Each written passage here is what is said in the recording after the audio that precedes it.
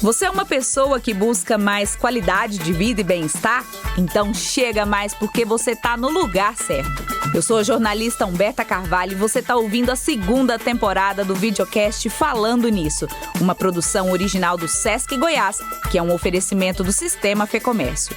O Falando Nisso está no ar há mais de um ano e a cada 15 dias, sempre às quartas-feiras, a gente se reúne aqui e conversa sobre educação, saúde, lazer, assistência e cultura. Os nossos convidados trazem sempre muitas informações, orientações e ideias para te ajudar a ter uma vida mais leve e com mais bem-estar. Bacana, né? Então, para começar, siga o nosso videocast e deixe a sua avaliação. Se você nos acompanha pelo YouTube, se inscreva em nosso canal e deixe a sua opinião nos comentários. Seja muito bem-vindo ao Falando Nisso. Aumenta aí o volume, porque a gente tá no ar. Segundo o Sistema Nacional de Adoção e Acolhimento, do Conselho Nacional de Justiça, até janeiro desse ano, mais de 4.300 crianças estavam disponíveis para adoção no Brasil e mais de 5.800 crianças estavam em processo de adoção. Esse processo ele pode até ser burocrático, pode ser demorado, mas para muitas famílias é a realização de um sonho, o sonho de ter um filho. Adoção é escolha e isso envolve tanta coisa que às vezes é difícil até a gente imaginar. Qual a expectativa e a realidade quando se fala em adoção? Você vai conhecer no episódio de hoje, pois os nossos convidados eles vivem a adoção na pele e têm muito a compartilhar com a gente. Se você conhece alguém que tem o desejo de adotar, já manda esse episódio para essa pessoa, porque eu tenho certeza de que ela vai aprender muito e se inspirar para enfrentar todos os desafios da adoção. E por isso eu quero receber hoje aqui no nosso estúdio dois convidados muito especiais. O André Henrique Freiria Oliveira. É isso mesmo, André? Freiria. Freiria. Ele que é professor, pesquisador, pai de 3, sendo que 2 são adotados, não é isso, André? Exatamente. Seja muito bem-vindo. Obrigada por estar aqui com a gente. Obrigado, hoje, dispor do Berta. seu tempo. Obrigado, eu que agradeço. É uma oportunidade boa para a gente poder compartilhar um pouco da nossa experiência. Coisa boa. Obrigado. E recebo aqui também a Vera Cardoso, ela que é voluntária e membro da diretoria do Conviver, grupo de estudos e apoio à adoção e à convivência familiar de Goiânia. Vera, seja muito bem-vinda. Obrigada pela sua participação aqui hoje. Obrigada, eu que agradeço a oportunidade, de poder falar de um assunto que eu acho que é tão importante para nossas crianças, e poder divulgar um pouco o trabalho que a gente faz também. Coisa boa. E antes disso, eu queria conhecer, antes da gente ir de fato para as nossas perguntas aqui, eu queria conhecer um pouquinho da história de vocês, do André com a adoção, da Vera, como que a vida dela cruzou aí com o Conviver. Se vocês puderem compartilhar com a gente. Bom, eu sou pai de 3, crianças. A minha filha, que veio primeiro como filha, a minha filha mais nova, que é biológica, e minha esposa passou por alguns problemas no pós-parto e que foram complicados. Ela teve hemorragia, perdeu leite, não amamentou, era um desejo dela amamentar, não conseguiu. E quando a gente decidiu ter mais filhos, a gente ponderou se ia passar por tudo aquilo de novo. E aí a gente falou, não vamos passar por tudo isso de novo, então vamos tentar a adoção. E aí a gente começou todo o processo para conseguir fazer todo o processo, entrar, fazer o curso do tribunal e tudo, e conseguimos depois a adoção. Mas foi um problema, que a gente passou e a gente conseguiu superar esse problema tranquilamente com a adoção depois, e foi tudo bem. E a adoção ela foi concretizada quando? Que ano? Esse é algo mais difícil da gente colocar, porque a gente conseguiu nossos filhos em 2017 e a adoção foi concluída só em 2023. E hoje eles têm que idade? Hoje a mais velha tem 18 anos e o mais novo fez 11 agora em janeiro. Que bacana. Então, quase que ela faz 18 antes de ser adotada, realmente do processo ter sido finalizado. Foi uma barra que a gente vai discutir um pouquinho isso, porque esse foi, acho que um dos problemas que não são todos que passam, mas talvez por ser uma comarca mais longe, tem toda uma história que dificultou um pouco esse processo, mas foi até a gente conseguir as crianças virem morar com a gente, foi algo bem tranquilo, assim, foi muito bom. Coisa boa. E você, Vera, como que sua história se cruza com a adoção? Eu não sei nem dizer quando que surgiu o desejo de adotar na minha vida, mas foi antes de eu me casar. Quando eu me casei, eu compartilhei isso, né, com meu marido e ele topou, achou que era uma coisa boa. A ideia era ter filhos biológicos e adotados, como o André, né? Mas eu não consegui engravidar, né? Aliás, engravidava e perdia, nenhuma gestação ia para frente, e aí a gente foi pelo projeto adotivo mesmo, né? Então eu adotei minha filha, bebê, né? Antes do Estatuto da Criança e do Adolescente, ela está com 30 anos, né?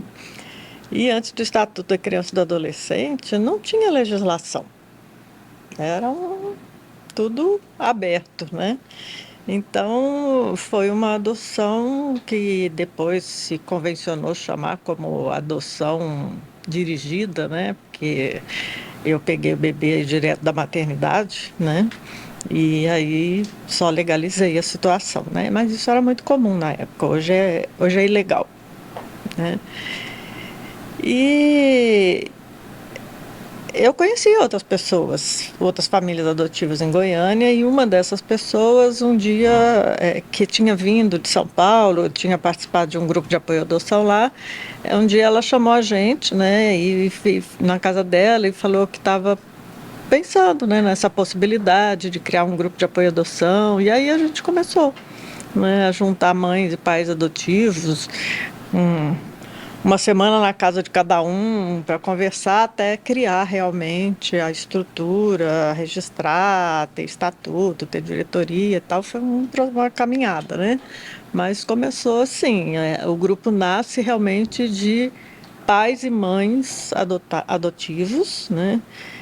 Que a gente sentia falta de ter um espaço para conversar. Porque depois que você adota, o seu processo no judiciário é arquivado, você não tem mais nada a ver com o judiciário. Aí você vai aonde quando surge alguma dificuldade? Quando surge uma dúvida, né? Quando você quer trocar uma ideia, né? Então, isso é que mobilizou as famílias, um grupo de famílias, né, por adoção, a criar o Conviver como um espaço de bate-papo das famílias. E aí ele foi crescendo. E ele existe desde que ano, o grupo? Registrado desde 2000.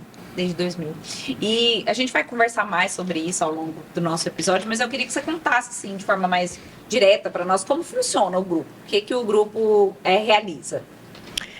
Então, o grupo, ele já passou por várias fases, né? Em 23 anos ele já passou por várias etapas, várias situações, né?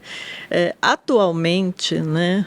Depois de aprender muito, estudar muito, participar de muita discussão, de muito evento nacional, evento internacional, atualmente a gente tem...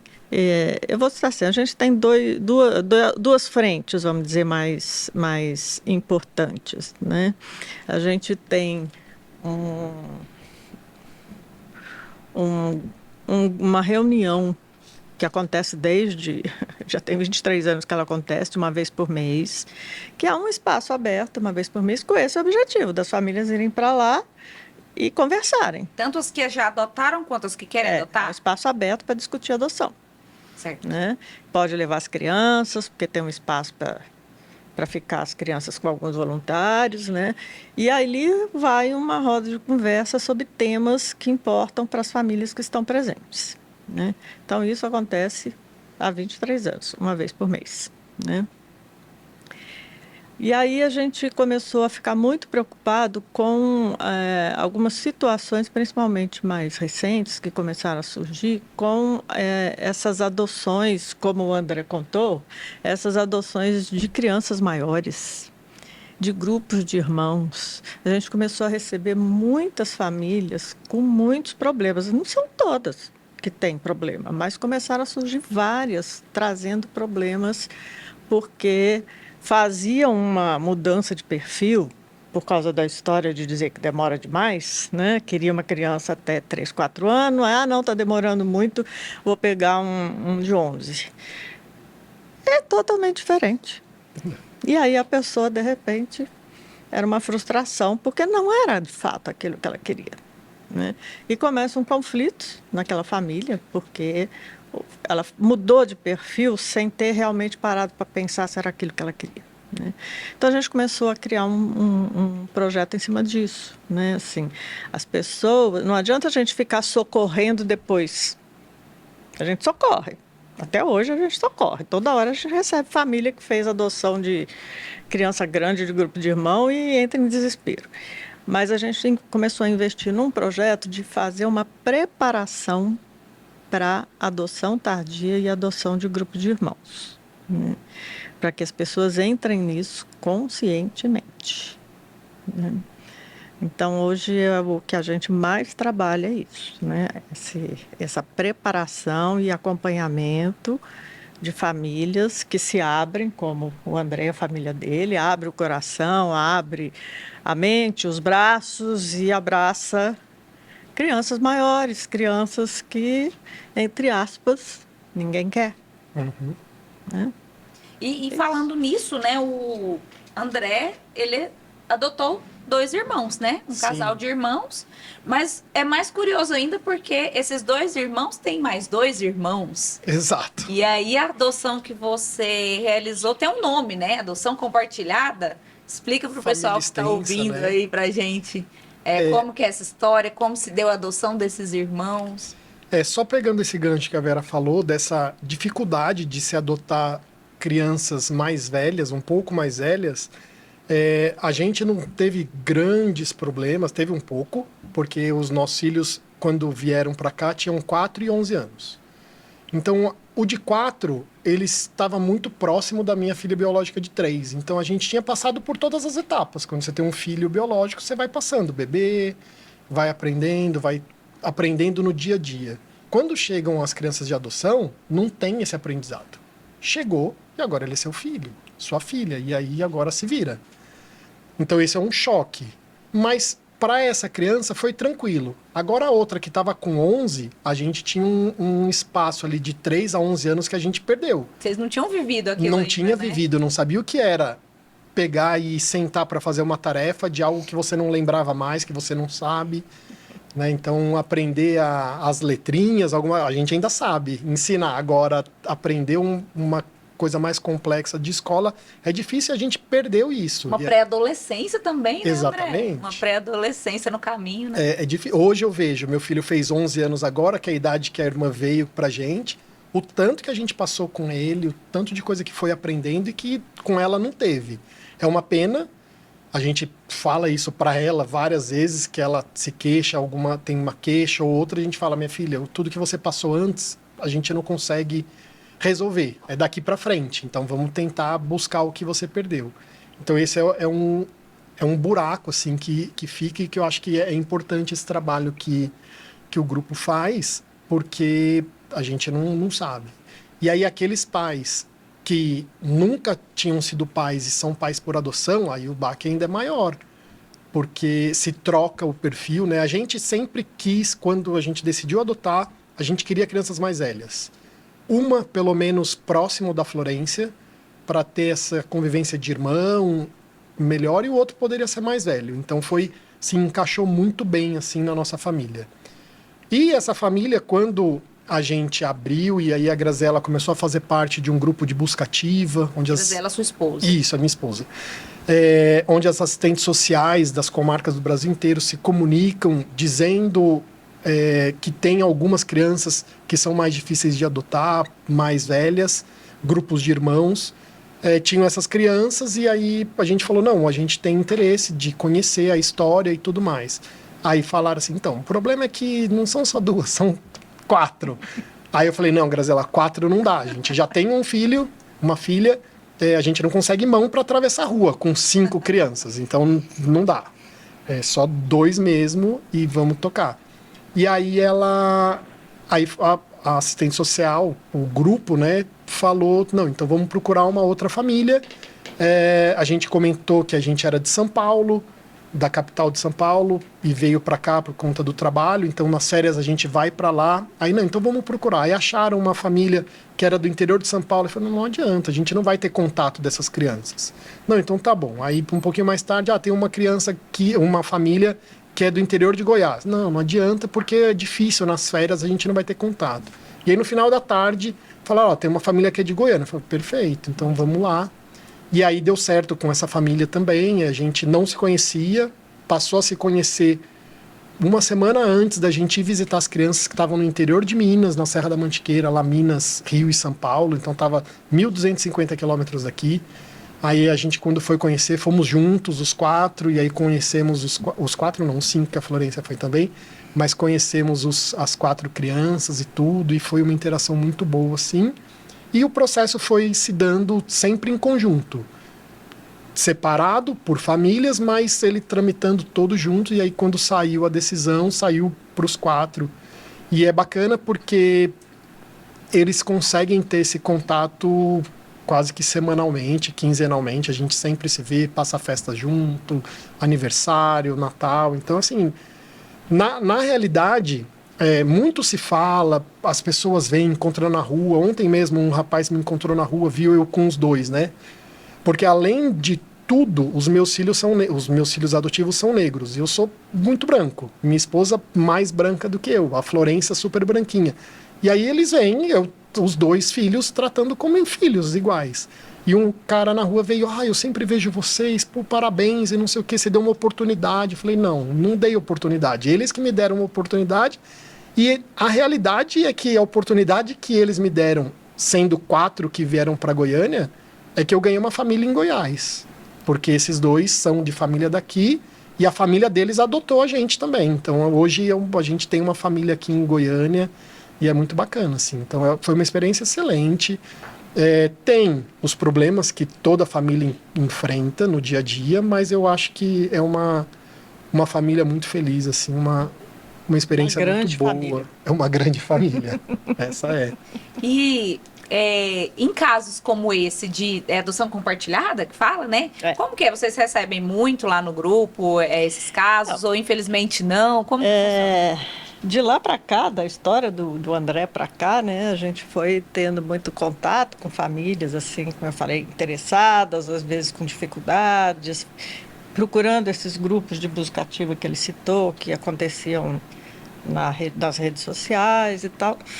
E de uns 4 anos para cá, a gente criou um projeto nosso de busca ativa, chama Busca Ativa Família para Todos. Está registrado no Conselho Municipal do Direito da Criança, é um projeto legalizado, oficializado, registrado no Juizado da Infância e da Juventude, né? E aí a gente tenta trabalhar, quando eu falei assim, a gente faz a preparação para adoção, a gente divulga, né, que vai ter o curso, depois tem a última aula hoje à noite do curso que a gente está fazendo agora. Nesse curso, a gente fala todas essas coisas que o André falou.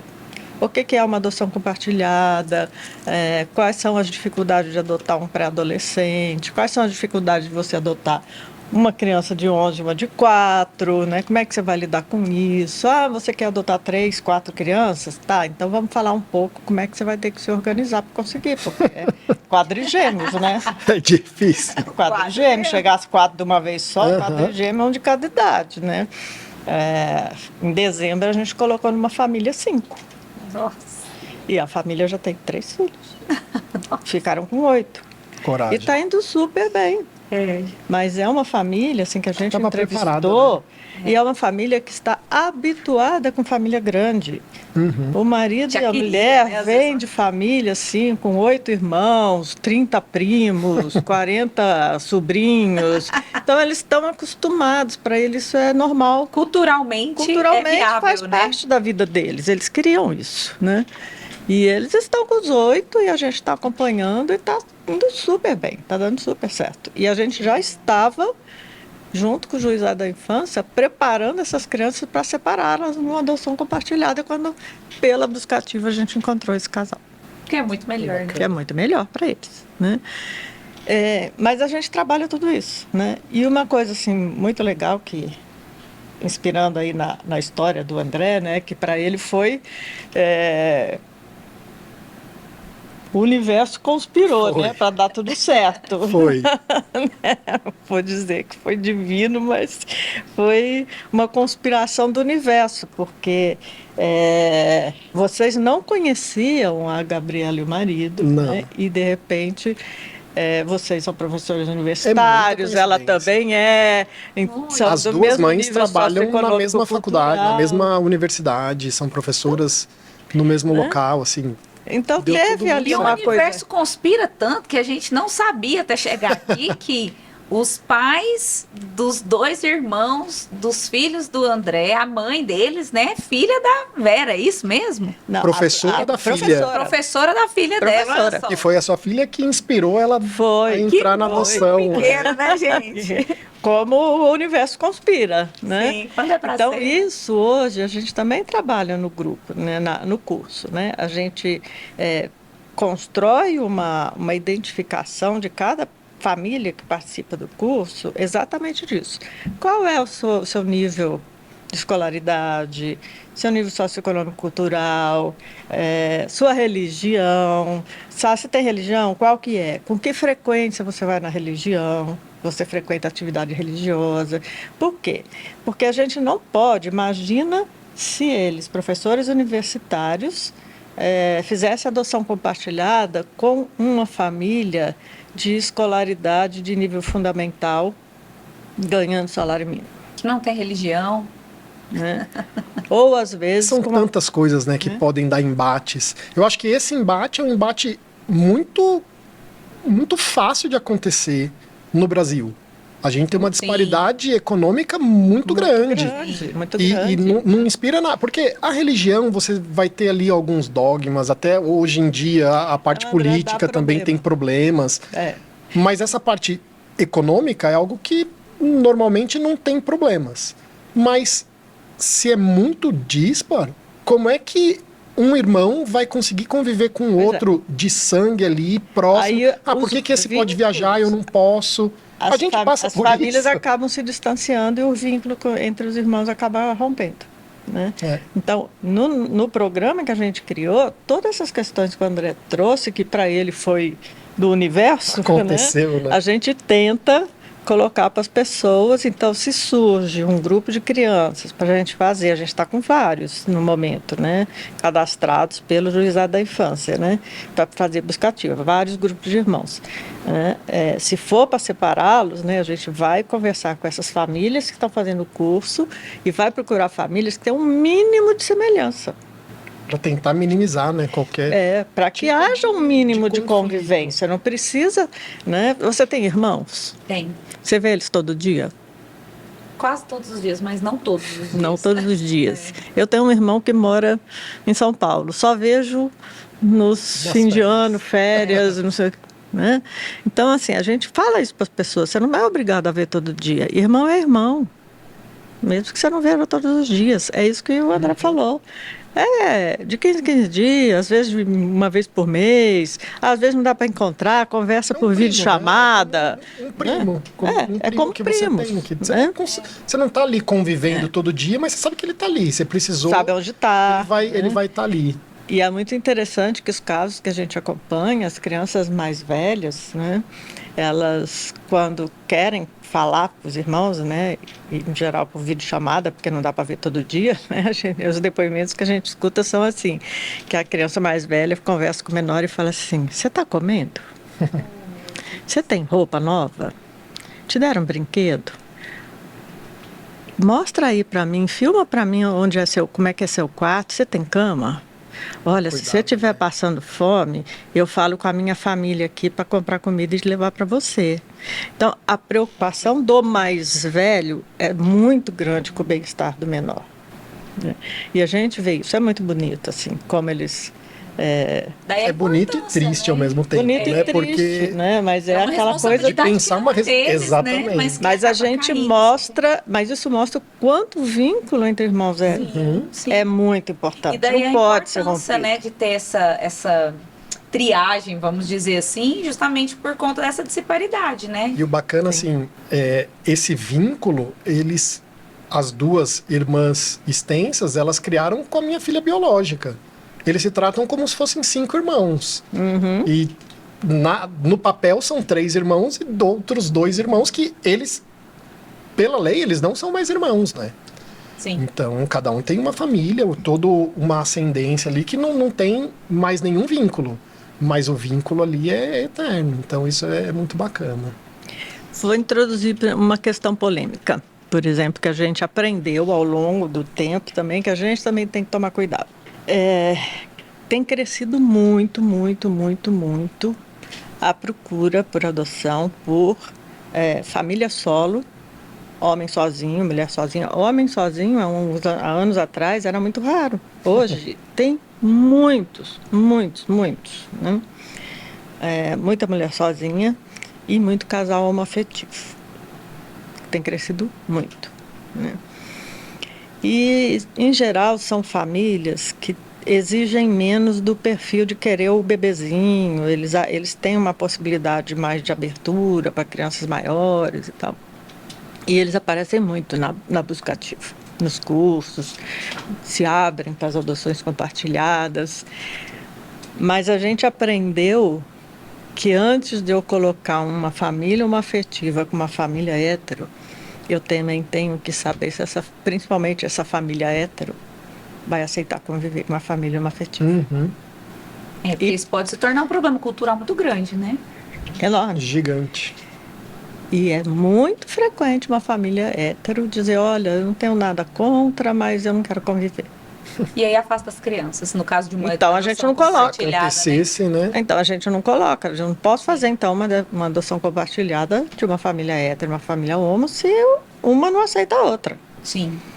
Né? Se tem valores diferentes. Então a gente vai aprendendo. Aos poucos. Aos poucos, assim, né? As situações que vão Crianças surgindo. com deficiência, né? Crianças com deficiência. O Rodrigo é uma criança com deficiência, ele é autista. E aí, nesse caso não teve problema nenhum, porque o tio das meninas é autista, um autista adulto, então já tinha um convívio muito grande, assim, então tudo, é o que a Vera falou, tudo conspirou para... Conspirou, o universo conspirou. E um ajudando o outro, então a gente tinha problemas ali, acontecia, conversava com a Gabriela, ela, não, é assim mesmo, meu irmão passou por isso, você vai ver na escola, desenvolve, tá tudo bem, e a gente vai conversando, vai criando, assim, então é bem bacana. Que legal. Falando nisso, vocês já ouviram falar do Vida Plena? É o grupo social com idosos do SESC, um lugar de acolhimento que promove autonomia, integração e participação da pessoa idosa na sociedade. Acompanhados por assistentes sociais, os encontros acontecem semanalmente e contemplam uma programação diversificada por meio de palestras, oficinas, dinâmicas, reflexões, visitas institucionais e minicursos. O grupo acontece nas unidades do Centro e Faisalville, em Goiânia, e em Anápolis, Jataí e Itumbiara. Conheça mais sobre o Vida Plena no site sescgo.com.br e também pelas nossas redes sociais oficiais. Vamos agora para a pergunta do nosso ouvinte. Oi, meu nome é Cássia, estou como supervisora pedagógica do CEP Elias Bufaisel e gostaria de fazer uma pergunta. Quais são as expectativas e as realidades sobre o processo de adoção? Isso é até um tema mesmo que a gente trabalha com as famílias, né? Pretendentes de adoção, né? Que é assim, que na realidade a gente chama de a criança ideal e a criança real. Né? Existe sim expectativas, né? Todo mundo tem expectativa, mesmo se for filho da barriga, Sim. Você tem expectativa de como é que vai ser na hora de nascer. Você tem, todo mundo tem. É inevitável que você tenha expectativas, né? É isso que move, né? O desejo que a gente tem gera expectativa. É impossível não ter, né?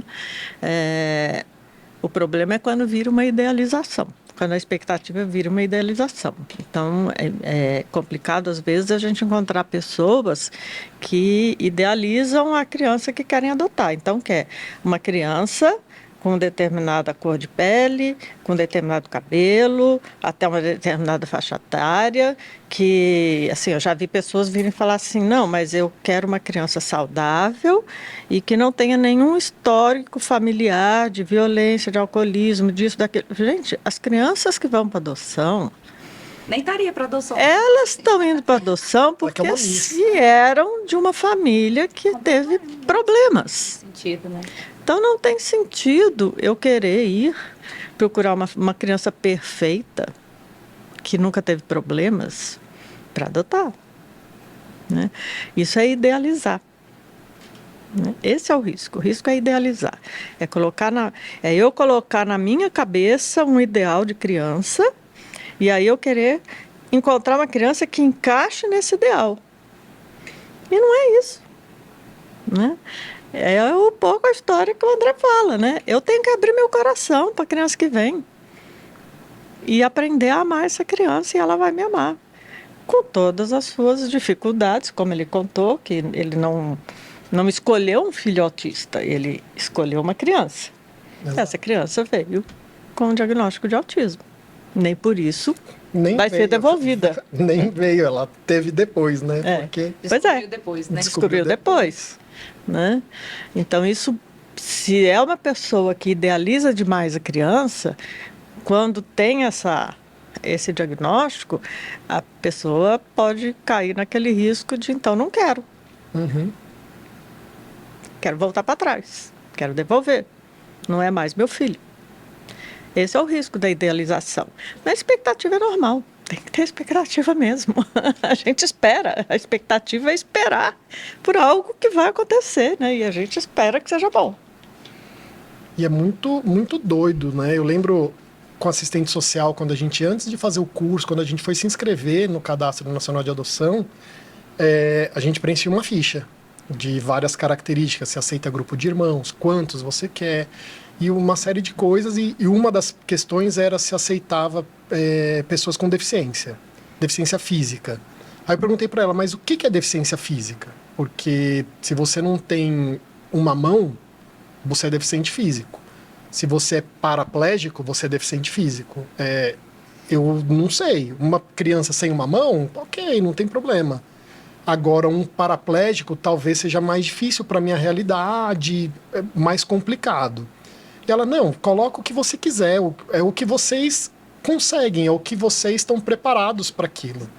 E na hora da gente preenchendo, será que preenche ou não? Aí eu falei, a gente parou e pensou, tá, e se minha filha, que está lá com a coordenadora da escola para a gente fazer o curso, ela estava lá com ela, se ela cai da cadeira, bate o pescoço e fica paraplégica, o que eu faço com ela? Eu vou devolver para quem? O Rodrigo questionou isso já.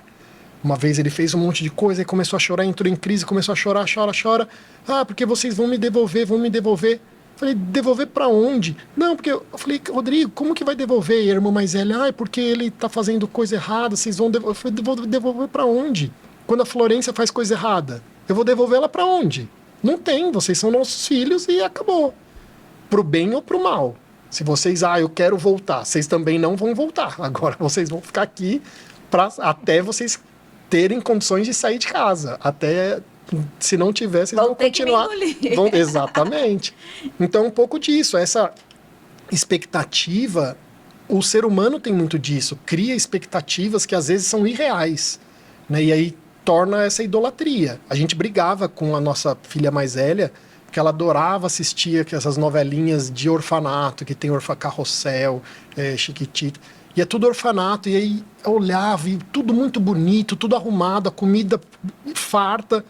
Aí a gente olhava para ela e ficava, não, porque minha filha, era assim no abrigo? Você tinha tudo isso?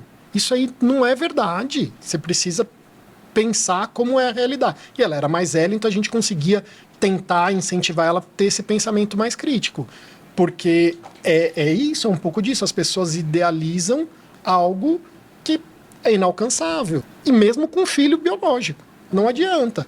Eu quero que minha filha estude o que eu estudei. Ela vai estudar o que eu estudei se ela quiser. Não adianta.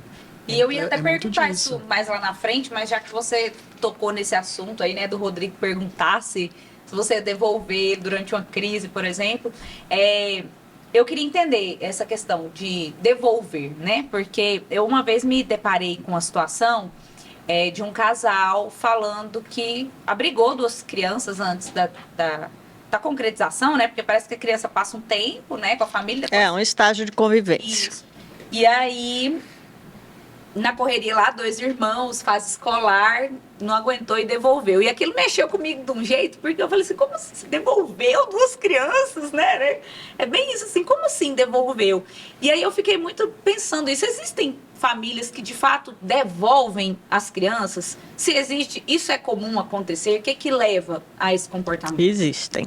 Sim, tem situações em que as famílias pensam nessa questão de devolver a criança, né?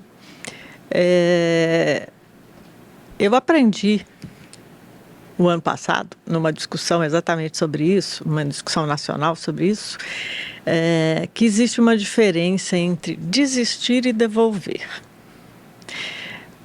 Porque enquanto a criança não está definitivamente adotada, não saiu a certidão de nascimento no nome da nova família, é possível sim interromper o processo e a criança retornar para o abrigo, né?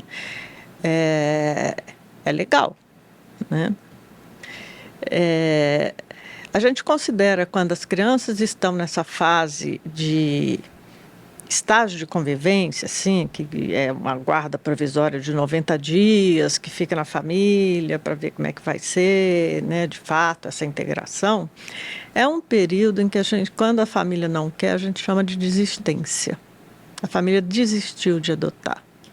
E é importante que seja trabalhado para essa família se despedir dessa criança, explicar por que está desistindo.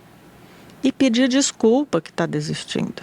Porque a criança não pode carregar a culpa.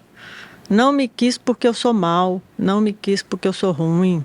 Porque a criança vai fantasiar. Por que será que não me quis? Minha mãe, meu pai biológico, minha família biológica não me quis. Essa família que ia me adotar também não me quer. Então acho que eu que sou ruim. O problema está comigo, né? Então é muito importante, né, nesses processos, a gente ter um acompanhamento que trabalhe com essa família esse processo de desistência qualificado, que a criança não carregue a culpa, né? A família tem que se desculpar. Foi adultos que tomaram essa decisão, não foi a criança. E esses adultos não querem mais, vão ter que explicar para a criança que não querem mais, porque não querem, e pedir desculpas. A gente tem trabalhado isso com algumas famílias. Então, é uma desistência da adoção. Agora, a gente tem situações de pessoas que ficam 6 meses, 8 meses, 1 ano, e aí aparece e fala assim, não quero mais. Aí a gente chama de... Depois de legalizada? Não, antes de legalizar. Porque tem isso, né, que o André falou, às vezes o processo demora, né?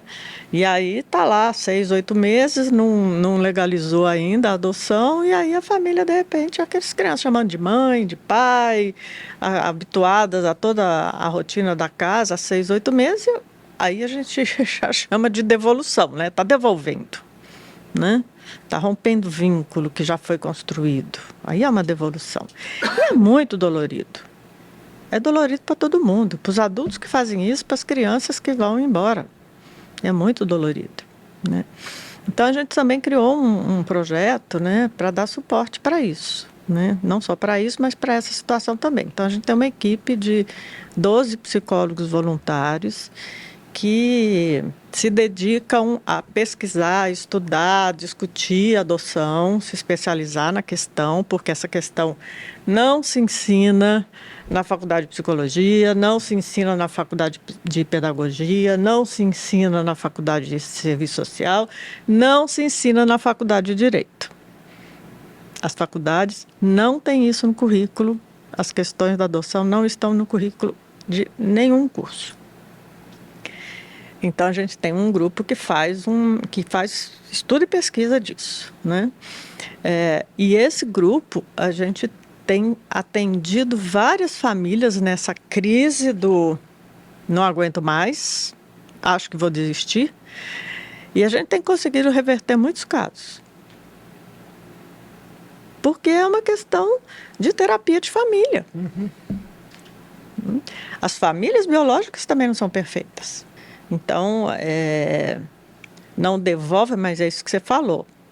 Às vezes é melhor não ficar naquela família que não quer, né? Mas quando é biológico também não pode sair da família, né? Mas enfim, A gente tem tido muitas situações, a gente tem feito muito esse trabalho de terapia de família, né, com essas famílias que têm situações que elas se perdem mesmo, vão se perdendo no meio da rotina, do dia a dia, e às vezes tem mais de um filho, né, às vezes os filhos brigam entre si, enfim. E a gente tem conseguido reverter porque é um processo difícil construir uma família nova, né? Construir novos vínculos, descobrir quem é aquela pessoa que chegou na sua vida que você não conhece, enxergar aquela pessoa, amar, se decepcionar, voltar a amar, gente, casamento, né? Então, existem, né? Não são muitos casos, mas desde que começaram esses programas de buscativa, que o André foi um dos precursores, vamos dizer, a entrar em alguns programas de buscativa mesmo, né? Essas situações aumentaram. E aumentam muito em cima dessa expectativa, né, das pessoas que acham que demora muito, então para ir mais rápido, então eu vou mudar meu perfil. Eu vou pegar um grupo de irmão, porque onde come 2, come 3, come 4, ou eu vou pegar um adolescente, porque vai mais rápido. Né? E nesse processo, a gente tem percebido que aumentam o índice de possibilidade de devolução. Falando nisso, que tal descontrair um pouco e curtir o melhor da arte com a cultura do Sesc Goiás? A cultura é um dos pilares do Serviço Social do Comércio, por isso você sempre pode contar com uma programação cultural de qualidade em nossas unidades. Tem apresentações culturais de diferentes gêneros para diferentes idades e para toda a família.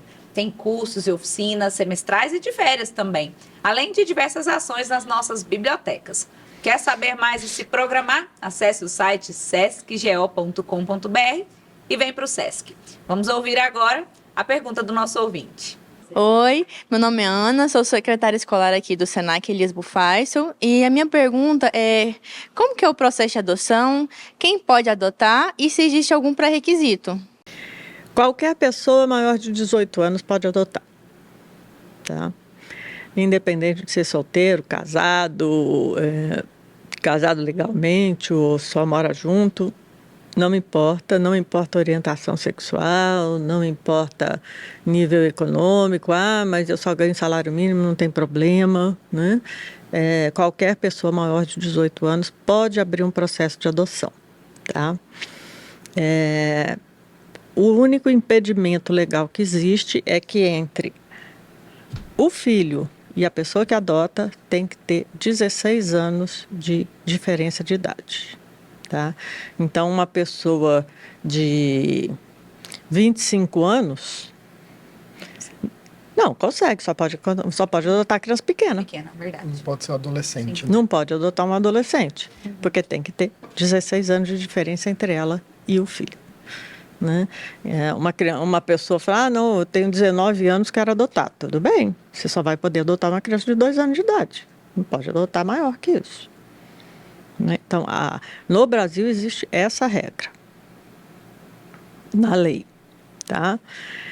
A pessoa tem que abrir um processo, o primeiro passo é um processo judicial no Juizado da Infância e da Juventude de Goiânia. Se a pessoa morar no interior e não tiver um juizado próprio de infância, ela vai no fórum mais próximo dela, né? Lá ela vai receber uma lista de documentos que tem que se providenciar, providencia esses documentos, abre o processo com esses documentos, os documentos básicos, né? Comprovando de endereço, RG, CPF, comprovando de endereço, atestado criminal, enfim, essas documentos, comprovante de renda, uma série de coisas. Tá. Ela abre o processo, o judiciário vai chamar essa pessoa para uma entrevista. Na entrevista que ela vai ter essa ficha que o André citou, que vai dizer social, até que idade vai ter até que idade você aceita, se aceita grupo de irmãos, se exige sexo, essas coisas. Vai receber uma visita domiciliar, para ver as condições da casa, né?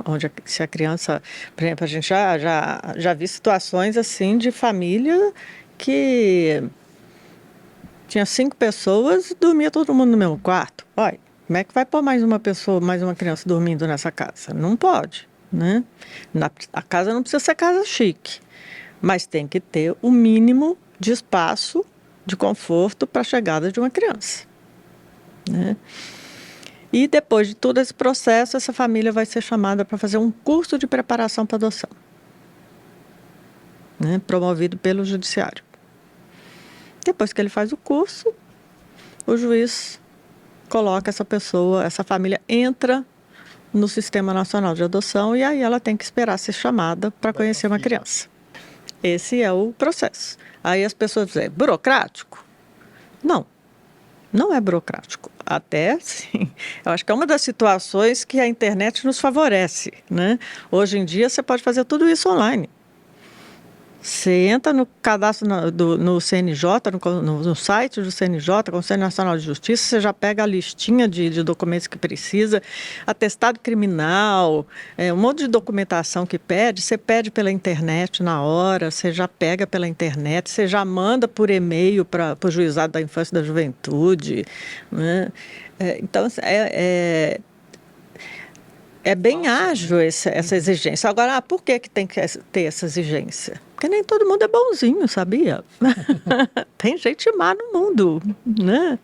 E aí, entra aquela coisa, por que essa pessoa está querendo adotar? Essa é uma documentação básica que é para proteção da criança, mínima. E a entrevista e a visita domiciliar é para proteção da criança, né? Quando chega, né, uma família, assim, de repente, principalmente pessoas mais velhas, né, pessoas assim com 60 anos, 70 anos, eu quero adotar. E quer adotar que faixa etária? Não, eu quero uma menina adolescente. Você já levanta as orelhas, os olhos, fala, qual é a motivação que está por trás disso? Aí você tem que fazer realmente uma investigação, uma entrevista, porque tem muita gente que acha que se for lá pegar uma menina adolescente, vai ter um empregado doméstico de graça, dentro de casa. Olha isso. Uma vez eu entrevistei um senhor que apareceu, né? Teve uma época que eu trabalhei dentro do juizado, eu entrevistei um senhor. E na entrevista ele falava, mas a entrevista é do casal, tem que ir os dois juntos. Não, minha mulher não pode saber. Eu falei, como sua mulher não pode saber? Não, é surpresa para ela. Eu quero fazer uma surpresa, eu quero levar uma menina para ela de surpresa. Então, assim, as loucuras... Presente, né? Um carro, é como se fosse um carro. As loucuras, né? Meu Deus. Eu me lembro de um casal já bem idoso que queria um bebê. Eu falei, gente, mas vocês estão com 75 anos, vai querer um bebê para quê? Não está na hora de adotar um bebê. Depois de muita investigação, o que eles queriam? Eles queriam um herdeiro para tudo que eles tinham de pensão federal, umas coisas assim, porque a filha já tinha completado 18 anos, não ia ter mais direito. E aí esse bebê teria o direito a ficar com as pensões deles, que os dois tinham pensões altíssimas federais, e quando eles morressem, a filha ia assumir a criança e o dinheiro. E essa filha quer? Coisa de filme, né? Coisa de filme, né? Então, essa entrevista, essa visita domiciliar, gente, são coisas de proteção da criança. Porque precisa se saber que família é essa e qual é a motivação dela para adotar. Chega a gente falando assim, não, eu vou adotar porque eu fiz uma promessa. Isso é motivo para ter filho?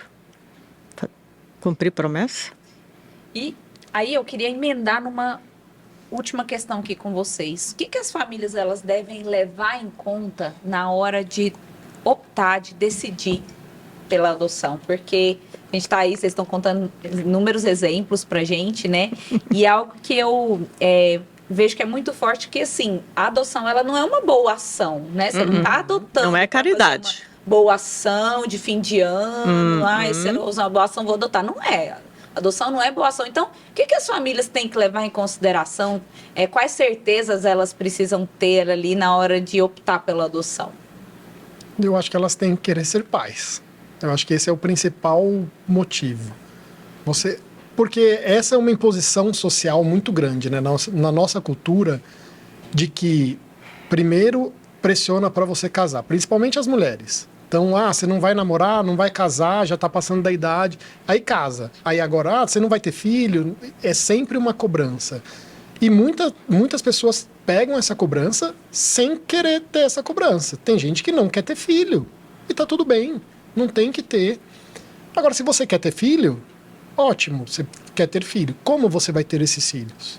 A minha esposa sempre quis adotar. Ela vem de uma família, a família dela teve algumas adoções, como a Vera comentou, antigamente é feio, né? Mas antes não tinha o Estatuto da Criança e Adolescente, não tinha toda uma garantia das crianças, então as coisas eram feitas, pega para criar e depois registra e tudo mais. A minha família já não teve isso e teve um caso de pegar para criar que não foi de sucesso, porque não pegaram aquela criança e transformaram aquela criança com um filho. Era uma empregada. Então ficava ali, ajudava, tinha todo o apoio, não era desrespeitada, mas não era um filho, assim como os outros. Às vezes não existia como filho, né? Era algo que não tinha sido uma adoção. Os mesmos direitos, realmente. né? Exatamente. Então, e aí eu tinha isso na minha cabeça, que tal pessoa foi adotada, será que... Já minha esposa não, sempre tinha. E desde que a gente namora, e a gente ficou 12 anos até ter a nossa filha biológica, ela conversava disso e a gente é uma opção. Então, eu acho que a adoção é uma opção de você atingir aquela vontade de ser pai, né? No meu caso. Eu tinha vontade de ser pai de 4 crianças. Hoje eu já acho que isso não era possível. 3 está excelente. Ainda tem mais espaço. Não tem mais. Quando a gente vai falando, não, ok, é um sonho muito... Eu quero 4, aí tem 1, não, agora 3, aí tem mais 1, agora... a gente vai contando, cada um tira 2, porque não é fácil ser pai. É difícil, é muita responsabilidade com tudo, né? E o que a Vera coloca, eu acho que até a própria burocracia, a gente se queixa muito do nosso processo de adoção ter demorado demais, 5 anos, mas a gente entende que era uma proteção das crianças, né? Eu acho que o grande objetivo é proteger a criança. Uma criança que não sabe para onde vai e uma criança que está passando por algum sufoco. Então, ela tem que ser protegida. Como ela vai ser protegida? Sendo inserida num lar bom. E quem quer ter um lar bom? Então, essa é uma opção que a gente acaba fazendo, né? Então, eu acho que é um pouco disso, assim. Por que adotar? Porque é uma forma de ser pai e mãe, para ser bem direto. Acho que quem escolhe a adoção é porque está escolhendo ser pai e mãe, né? Não importa a forma, né? Importa que está fazendo a escolha da maternidade e da paternidade, né? Porque todos os filhos precisam ser adotados. Então, eu diria que você tem 3 filhos adotados. Com certeza. Sendo que uma é biológica, né? Mas os 3 são adotados. Eu costumo dizer assim que ter filho é muito fácil, né? Ter filho é muito fácil. Agora você, de fato, ser pai e mãe, que requer... Você precisa adotar seus filhos. Responsabilidade, né? Dedicação, é muito diferente. Essa adoção, simplesmente, acho que é isso né? mesmo. Sim. Você precisa adotar seus próprios filhos. É isso mesmo. Né? Para que eles sejam seus filhos. Né? Legal.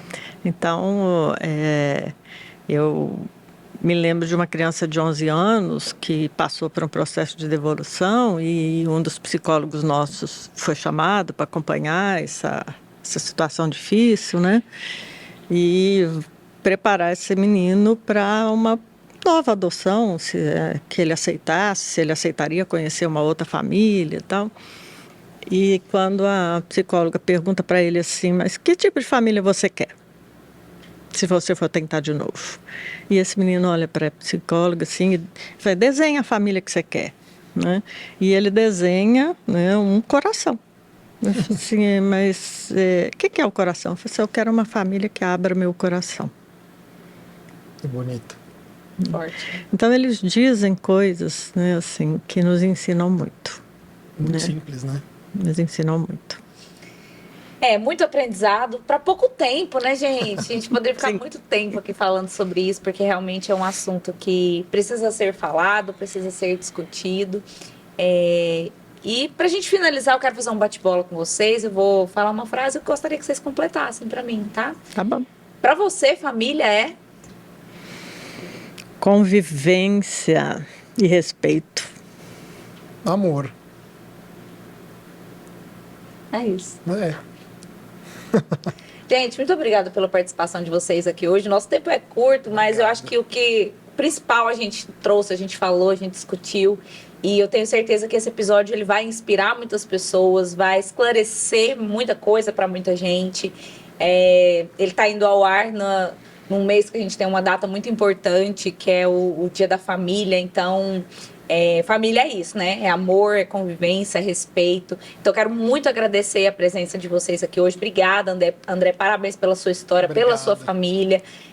Que vocês continuem sendo muito felizes e que continue existindo muito amor entre vocês. Então, muito obrigada pela sua participação aqui hoje. Obrigado, Humberta. Muito obrigado. Assim, é uma oportunidade boa que o SESC dá, né? De compartilhar essas histórias. Eu acho que isso é bom e passar um pouquinho de informação também. Então, eu que agradeço a oportunidade. Muito obrigado. Se alguém quiser conhecer mais a sua história, a sua família, entrar em contato, tem algum? Tem um Instagram, André Freire Oliveira. Muito obrigada, viu? Obrigado. Obrigada também, Vera, por dispor do seu tempo, do seu conhecimento. Tenho certeza de que muita gente aprendeu muito com você aqui hoje. Então, muito obrigada. Se alguém quiser te conhecer o trabalho do Grupo Conviver, como que faz? Eu que agradeço a oportunidade da gente divulgar o trabalho que a gente faz, que eu acho que é um trabalho belíssimo mesmo. A gente tem um Instagram, né, que é conviver_GAAGO. Né? E eu vou deixar meu celular, porque meu celular, assim, eu não atendo telefone, vai ter mensagem. Manda o WhatsApp, né? O 981171461. DDD 62. DDD 62. Pode mandar mensagem, eu posso às vezes demorar um pouquinho para responder, mas eu respondo. Sempre respondo, não tem problema se eu estiver ocupada, mas eu vou encontrar um momento e vou te responder. Pode mandar mensagem. É isso aí. Então, tá com vontade de adotar, tá com dúvidas, quer saber mais sobre esse processo? Manda mensagem para a Vera, que a Vera vai te ajudar. Estou à disposição. Muitíssimo obrigada. E aí, curtiu? Eu curti, aprendi muito, tenho certeza de que você também. Então já sabe, né? Clica aí, envia esse episódio para aquela pessoa que quer ser pai, quer ser mãe, que tá com o coração aberto para parentalidade, para maternidade, para paternidade. Então, manda esse episódio para essa pessoa, tá bom? Espero que você tenha gostado, que tenha feito sentido para você. Aproveita para seguir o nosso podcast, avaliar. Se você nos acompanha pelo YouTube, deixa pra gente aí o seu comentário, a sua opinião sobre esse tema. Se inscreve também no nosso canal para não perder nenhum episódio novo, tá bom? É isso aí, a gente se vê no nosso próximo episódio. Até lá!